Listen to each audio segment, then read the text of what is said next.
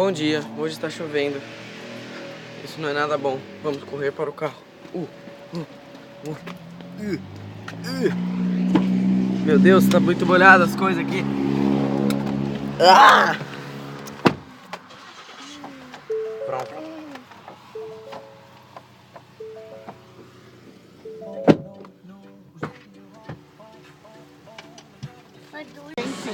Eu vou pegar um geladinho.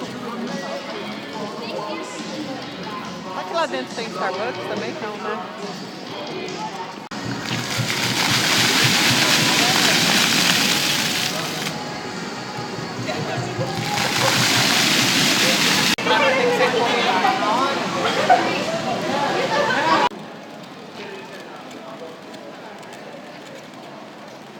Chegamos. Oh yeah, man.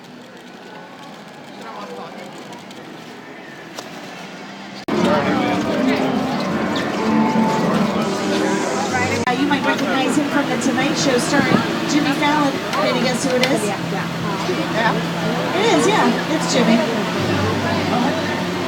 Now as we head down our Universal movie timeline here on either side of the tram, you can see posters that represent just a few of the thousands of movies we've made over 100 years of filmmaking. Keep an eye out. You might see your favorite. I know mine is up here. It's Back to the Future. In the meantime, take a look at your screen. See if you can recognize a scene from this classic black and white movie.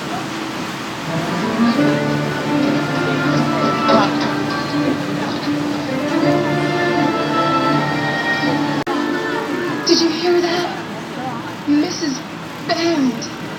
Not quite, darling, but soon. Very nice. Hello. Yes? Every bottle of champagne sent to the room at once. And make sure that we are not disturbed. Or the comedy Angie Tribeca on TBS, which stars Rashida Jones. The way I know they're filming is because all of our sound stages are equipped with little red lights called wigwags. And when those lights are on, it lets us know that the cameras are rolling. Because while those buildings are 98% soundproof, and Back to the Future Part 2. And you might be thinking, hey, that courthouse looks a little bit different than it did in Back to the Future. Well, you'd be right. Now, when Back to the Future came out in 1985, it surprised everybody by becoming the most successful film of the year, not to mention one of the most iconic films of the 20th century. Needless to say, that courthouse became so recognizable as the Hill Valley Clock Tower that filmmakers had to change its appearance enough for use in later productions. So what they did is they built what is called a facade wagon. The Ferrari engine was a little bit too loud during production, and you guys have experienced firsthand already how sound can interfere with production. So they did switch out that engine with a Volkswagen, which is quieter. Whoa. That's my personal favorite from Back to the Future. Fortunately, we managed to clean all the manure out of Biff's car, as well as what filmmakers guessed cars might look like in 2015, which is the year that Doc and Marty traveled to in Back to the Future Part 2. And we've got some more recent picture cars here from Jurassic World as well. If you saw the film, maybe you recognize that gyrosphere, yeah. Although it looks pretty different now than it did in the movie. Right? Because in the movie it's encased in a glass sphere, and there's no glass on that gyrosphere there. But believe it or not, that was actually never built with any glass at all. All the glass you see in the movie is entirely digital. CGI, because glass is super reflective, which is the same one from The Lost World at Jurassic Park, the second film in the series, when there's a scene when a Mama T-Rex gets a little bit angry, she starts pushing them off the side of the cliff in their mobile lab. That's the very same one that was used. Now, because it gets pushed off of a cliff, oh dear. Sorry about that, guys. Yeah, you guys didn't think I was kidding about the dinosaurs. Não jogaram alguém em mim. So I was not kidding. Those were Dilophosaurus. They are mostly harmless. If you did get spit on, that's just their way of saying hello. So, you know, congratulations, you made a new friend. Win, win, win. But in all seriousness, a lot of the tone and the mood of the Jurassic Park films was set by the weather. It wouldn't have been as tense and scary if they were running away from a T-Rex who was bright and sunny all the time. We can't always rely on different kinds of weather other than bright and sunny here in Los Angeles because it just doesn't happen that much, which means filmmakers have had to get a little creative over the years in terms of making weather work for them. Since we're hovering around the subject of weather, I think now's a good opportunity to hand it over to the TV show's Al Roker. Let's see if he can give us an idea of what kind of weather we can expect on the rest of the tour today. Hi, everybody. Here's today's forecast for the Universal Backup. It's going to be sunny and dry in 6 Points, Texas. There's one person. One person sees something. Oh my goodness.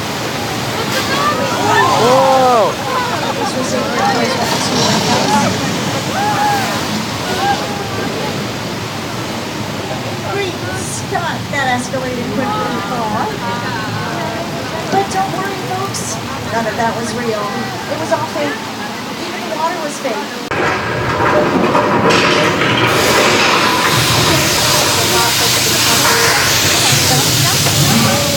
Eita!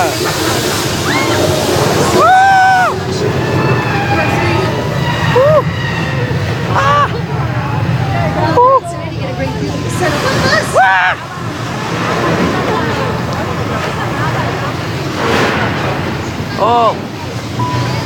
Oh!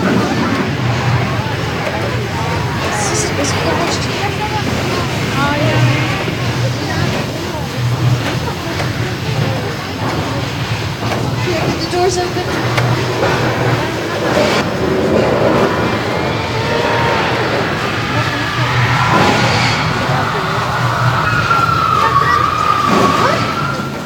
How was it even possible for there to be a train inside a soundstage?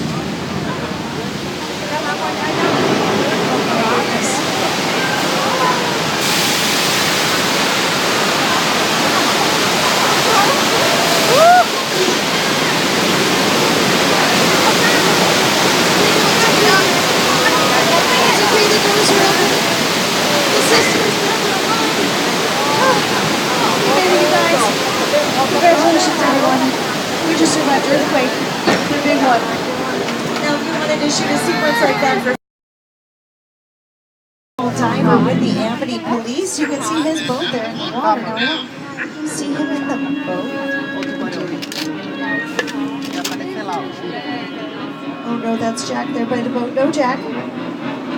No, Jack. Jack. There's a boat, Jack. Jack. I'll never let go. I promise. Okay, well that really bit. I'm not gonna lie. I liked him a lot, but we don't want to end up like Jack, so everybody please remain seated at all times as we hide behind these canisters.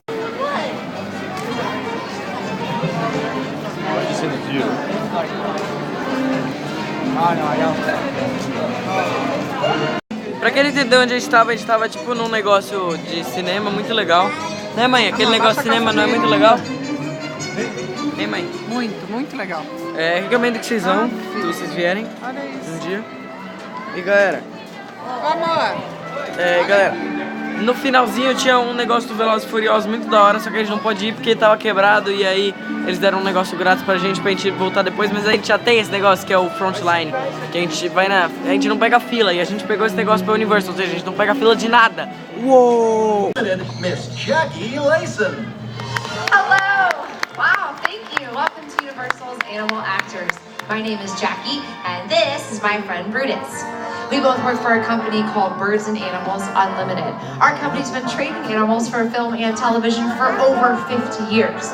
Now, something you may not know is many of your favorite animal stars actually came from rescues and shelters. And just like Brutus, they got their start right here on this stage in front of a live audience. A little later in the show, we're going to reveal to you exactly what Brutus had to learn to get his big break. But until then, handsome, you're all done. Off you go.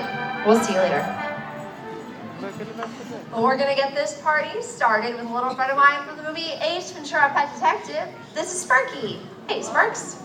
Now, Sparky is trained to fly from one person to another. To demonstrate this, we need help from an adult volunteer. Now, we do need an adult for this, so one of these two middle sections, not afraid of a little word, okay? Galera, eu gravei bem pouco, mas tinha muito mais coisa.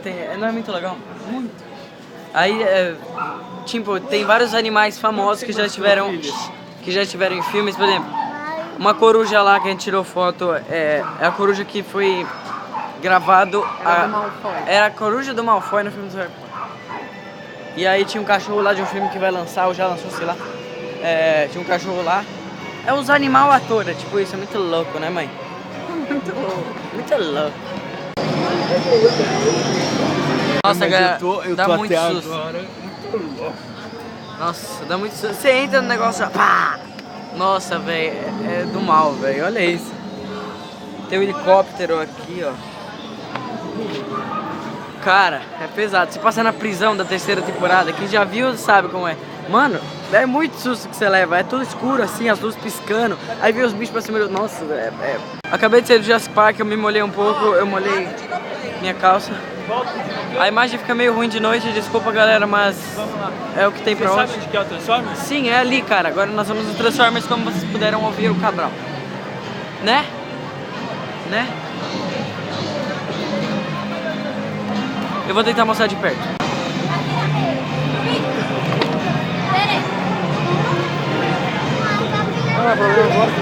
Era muito legal o Transformers, é muito legal. Acabei de voltar aqui com a minha mãe. Vocês viram que eu fui com o meu pai e voltei com a minha mãe. Por quê? Porque eles se teletransportaram demais, assim.